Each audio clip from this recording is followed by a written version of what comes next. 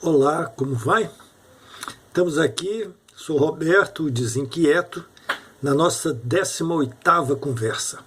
Hoje vamos sair da ideia da centelha inicial, sobre a qual a gente conversou no nosso 17º encontro, e agora vamos começar a trabalhar. Como começar? O que fazer? Há uma forma de se trabalhar? Nós vamos sugerir aqui hoje alguma coisa nesse sentido. Mas antes de pensar numa técnica, antes de pensar num modo de operar, é preciso que a gente atue dentro da gente. É preciso entrar num estado de concentração para desenvolver um clima criativo. Alguns autores que falam de criação chamam de entrar em estado de escrever. O que é o estado de escrever? É você estar concentrado, abstraído do resto do mundo, afastado de todas as outras questões que não interessam nesse momento e disposto a se jogar num processo em que você vai lidar com ideias, com situações e com o sentido de certas coisas. É preciso também saber que isso não é só um processo individual, instantâneo daquele momento. É uma questão de você estar enturmado, de você estar ligado a um setor da cultura, você estar ligado a um processo artístico no qual outras pessoas estão envolvidas. Existem partilhas poéticas de grupos, tal. Então, tudo isso compõe uma totalidade na qual o processo criador se implanta sem abandonar as ligações que tem e os condicionamentos que tem com esses processos. Porém, na hora de criar, o criador está sozinho, na sua solidão e na sua concentração. Então, partindo de uma ideia cultural, de uma ideia artística, partindo de uma ideia concreta para contar a história, o roteirista, o inventor do filme, precisa se concentrar no efeito que ele pretende produzir. É como se sentisse em si mesmo aquele efeito que ele pretende fazer com que o filme seja um transporte, seja um meio de produzir aquele efeito num outro, num público. Aqui já falamos aqui do público-alvo, etc. Então é preciso abstrair, se concentrar, pensar no efeito e pensar no modo de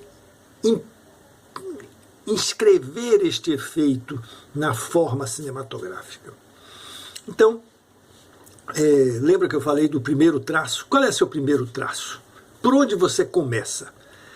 A gente não pode criar tudo de um filme, de uma história, de uma vez. Não nasce de uma vez. Nasce aos poucos, aos pedacinhos. E tem aquela turma que acha que começa da primeira linha, vai para a segunda linha, terceira linha e tal, e um dia acaba a história. Não sei. Pode ser que para algumas pessoas isso dê certo alguma vez. A maior parte das vezes vai levar a desistências no meio do caminho. Nosso problema é partir de um primeiro traço, de um detalhe qualquer da história, e a partir dela expandir a imaginação de uma totalidade, de um conjunto. Então, como partir do detalhe para o conjunto? Essa é a nossa questão de hoje aqui. Já falamos, tem alguns autores que recomendam que a gente comece desenvolvendo um personagem e a partir do personagem chegar a uma história.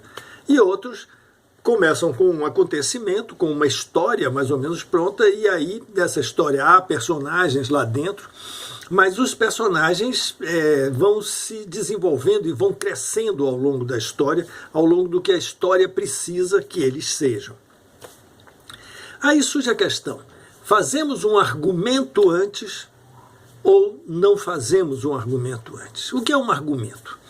Um argumento é um texto relativamente longo em que o autor joga, sem se preocupar com a forma estética e sem se preocupar com formatação de roteiro, de presença de diálogo, dessas coisas, ele joga ali a fábula da história, tudo que a história deve conter, de preferência na ordem cronológica. de preferência contando a história do princípio, passando pelo meio, chegando até o final.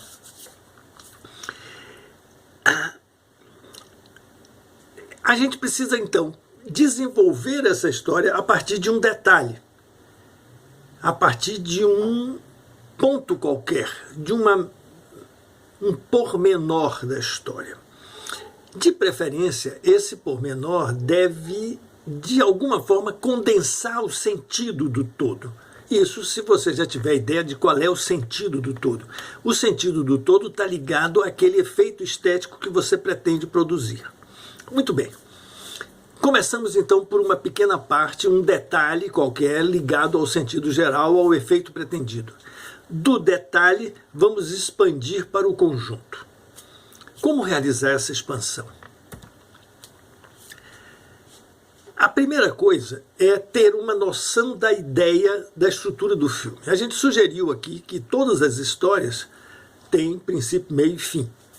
Então, nas histórias que têm princípio, meio e fim, há certos pontos que são pontos inevitáveis.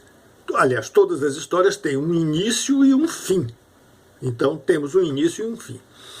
Temos também um ponto em que passamos daquele primeiro ato para o segundo ato, quer dizer, um ponto em que passamos da estabilidade, da normalidade instituída naquela situação onde a história se passa, para o conflito, né? Para você estabelecer o conflito e ter toda a questão dramática que vai ser o motor da nossa história, que vai ser a energia da nossa história, aquela mola que, nesse momento aí do ponto de ataque, põe-se em marcha o processo. Isso tudo vai levar a um desfecho, vai levar a um clímax. Então, veja bem, a gente tem 5 pontos fortes da história. A gente tem um início lá do princípio inicial e nós temos um fim final, onde tudo acabou. Nós temos um ponto de ataque e temos um clímax. E entre o ponto de ataque e o clímax nós temos um conflito, né? um conflito central da história. Pode ter outros conflitos, mas a gente tem sempre um conflito principal. Então, partindo do ponto do primeiro traço da história, vamos tentar entender se a gente tem uma linha na qual a gente põe nas duas extremidades o princípio e o fim, e aqui mais ou menos pelo meado dele a gente tem um ponto de ataque e um clímax, onde aquele nosso primeiro traço se encaixa nisso aí. Está no meio do conflito, é o ponto de ataque, é o clímax da história, é o início lá do início. Então, situando o nosso primeiro traço num ponto desse pensamento geral de como a história deve se desenvolver, vamos agora estabelecer os outros momentos necessários. Então, pensando em 5 pontos fortes da história, podemos criar uma coisa que no jargão aí da escrita de cinema e tal, a gente chama de storyline. A storyline é um parágrafo muito curto. Eu sugiro que faça esse parágrafo com uma frase dedicada a cada ponto forte. Então, uma frase para o início, outra para o ponto de ataque, outro para o conflito principal, outro para o clímax e outro para a resolução final, para o final da história. Com isso, então, teremos aí 5 pontos de passagem da história. Se fosse numa estrada de ferro, seriam as 5 grandes estações da estrada de ferro. Sendo que a estação do meio, o conflito, não é propriamente a estação. O conflito é um percurso entre 2 estações. Mas esse percurso tem a sua forma de ser acidentado, de ser problematizado. Então, depois que temos esses 5 pontos, nós podemos começar a pensar em pontos intermediários entre eles. Então, perceba bem, estamos começando a criar uma coisa que se chama escaleta. A escaleta é uma lista das cenas do filme.